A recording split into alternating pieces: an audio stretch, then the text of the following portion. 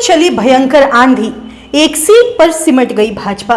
तमाम exit polls में असम में तो बीजेपी सरकार बनती नजर आ रही है, पर केरल में पार्टी की हालत अच्छी नहीं दिख रही है।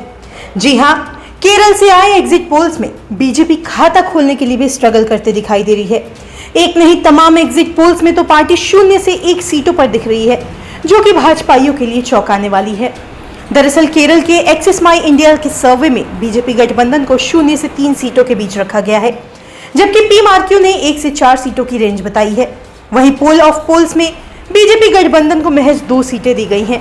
जेवीसी के अनुमान के मुताबिक बीजेपी गठबंधन को 3 से 7 सीटें मिल सकती हैं। मेट्राइज के हिसाब से भी बीजेपी गठबंधन को 3 से 5 सीटों के बीच सिमटी दिख रही हैं।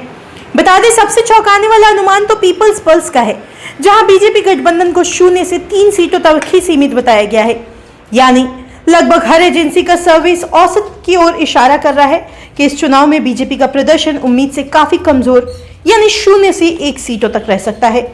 बताते चले, राजनीतिक जानकारों का मानना है कि अगर ये एग्जिट पोल सही साबित हुए तो यह बीजेपी के लिए बड़ा झटका होगा, खासकर तब जब पार्टी ने इस राज्य में अपनी पूरी ताकत झोंक दी थी और बड़े स्तर पर प्रचार अभियान चलाया था।